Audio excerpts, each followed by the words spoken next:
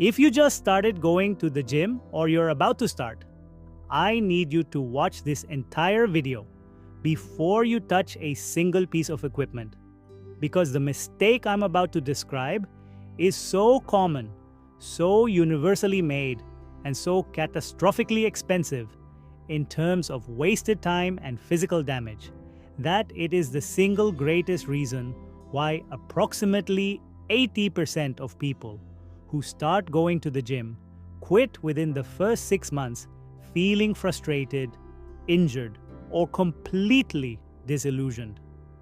And the worst part is that this mistake feels exactly like the right thing to do when you're doing it, which is precisely what makes it so dangerous. The biggest mistake beginners make is not laziness, it's not poor nutrition knowledge, it's not even bad exercise selection. It is doing too much, too soon, too intensely, driven by a psychological state that exercise scientists and behavioral psychologists call motivational overdrive. And understanding this concept is going to save you months of frustration, potential injury, and the kind of deep discouragement that makes people abandon fitness permanently. Here is what happens neurologically and hormonally in the first few weeks of a new fitness commitment. Your brain releases a surge of dopamine, the neurotransmitter associated with anticipation of reward. Every time you think about your new gym routine, every time you watch a fitness video, every time you buy new gym clothes or supplements, and this dopamine surge creates a feeling of motivation so powerful and so intoxicating that it feels like permanent change. It feels like this time is different. It feels like you could train twice a day and never stop. But here is the brutal neuroscience reality that nobody tells beginners. Dopamine is released in anticipation of the reward, not in response to the actual work, which means the motivational high you feel in week 1 is neurochemically guaranteed to crash. And research on habit formation from University College London by Philippa Lally and colleagues shows that behavioral automaticity, the point at which a new behavior becomes a genuine habit requiring minimal motivational fuel, takes an average of 66 days, with a range of 18 to 254 days, depending on the complexity of the behavior and the individual, meaning the gym routine you started with the fire of 1,000 suns on January 1st is not a habit yet. It is a dopamine-fueled intention, and intentions collapse the moment real-life friction appears. This is why the beginner who shows up on day 1 and immediately trains 6 days a week for 2 hours per session, doing every exercise they've seen on YouTube, maxing out on every machine, going to absolute failure on every set, waking up the next day barely able to walk, pushing through that soreness again, and then hitting a wall of fatigue, injury, and motivational collapse by week 3 or 4 is not an anomaly. This is the statistically normal outcome of motivational overdrive meeting an untrained body, and the research on this is both clear and fascinating. Your body, specifically your connective tissue, including tendons, ligaments, and the extracellular matrix surrounding your muscle fibers, adapts to training stress at a dramatically slower rate than your muscles and cardiovascular system do, and this mismatch in adaptation speed is the biological mechanism behind most beginner injuries. A study published in the Scandinavian Journal of Medicine and Science in Sports found that tendon collagen synthesis rates in response to training lag behind muscle protein synthesis by approximately 24 to 48 hours. And more critically, the mechanical properties of tendons take weeks to months of gradual loading to improve, meaning your muscles might feel ready to handle more load after just 1 week of training. They'll feel stronger, they'll recover faster, but your tendons and ligaments are still weeks behind in their adaptation timeline.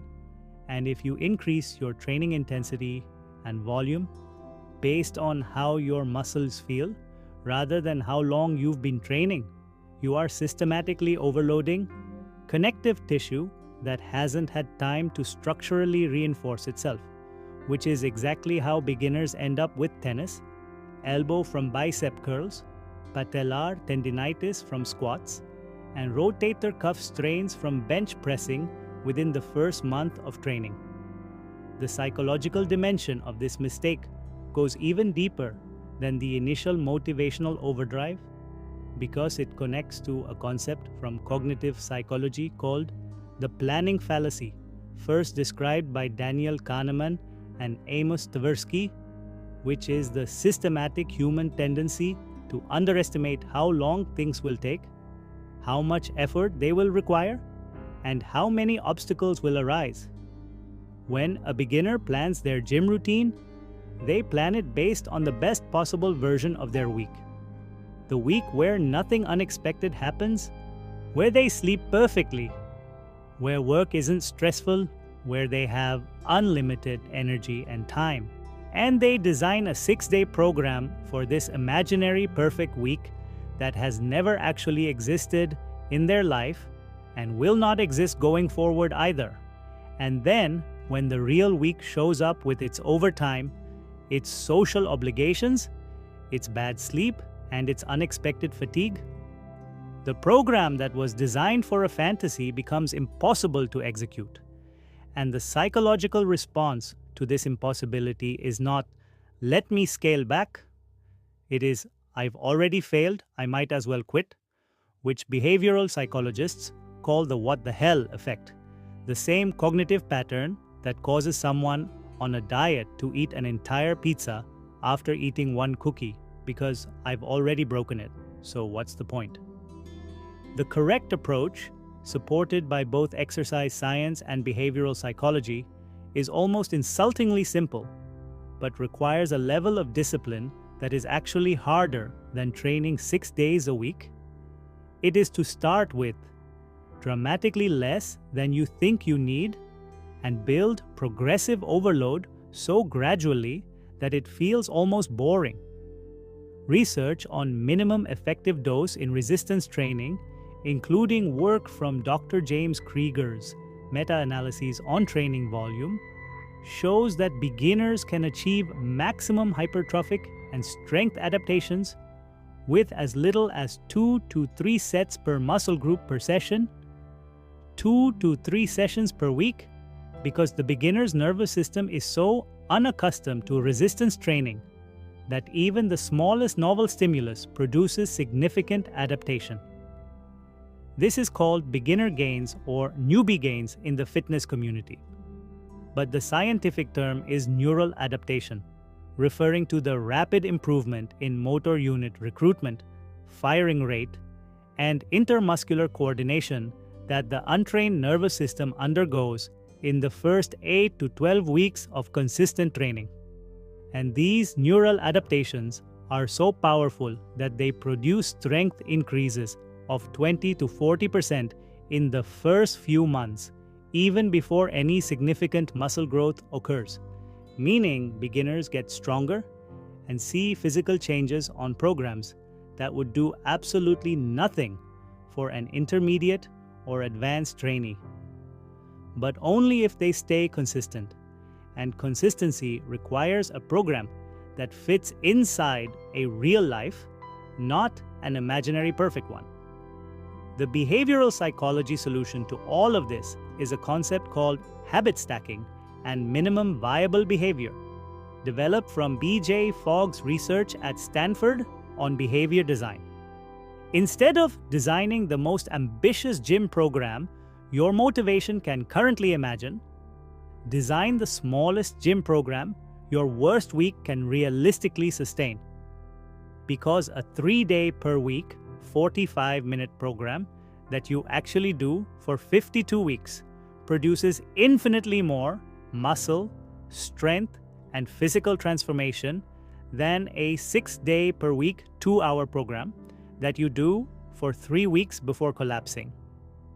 The research on training consistency versus training volume makes this unambiguous, with a longitudinal study showing that adherence rate is the single greatest predictor of long-term fitness outcomes. More predictive than program design, more predictive than nutrition precision, more predictive than supplementation, more predictive than any other variable that beginners obsess over, because a mediocre program executed with 90% consistency over a year will always outperform an optimal program executed with 30% consistency, always, without exception, in every study that has ever looked at this question. There is one more psychological trap that beginners fall into that I need to address, and that is comparison to advanced athletes and the resulting distortion of what normal progress looks like. When you start going to the gym and you follow fitness accounts on social media, you are constantly exposed to people who have been training for 5, 8, 10 years, who may be using performance-enhancing drugs, who have professional lighting and camera angles working in their favor, and who have selected from thousands of photos the single one where they look their absolute best. And your brain, through a cognitive bias called social comparison theory, described by Leon Festinger, involuntarily benchmarks your week 3 physique against their decade of work physique and concludes that you are failing, that you are behind, that what you're doing isn't working. And this conclusion is not just incorrect, it is actively damaging because it creates the psychological conditions for program abandonment, for desperate switches to extreme diets and extreme training protocols, and for the kind of all-or-nothing thinking that is the number one enemy of sustainable long-term fitness progress.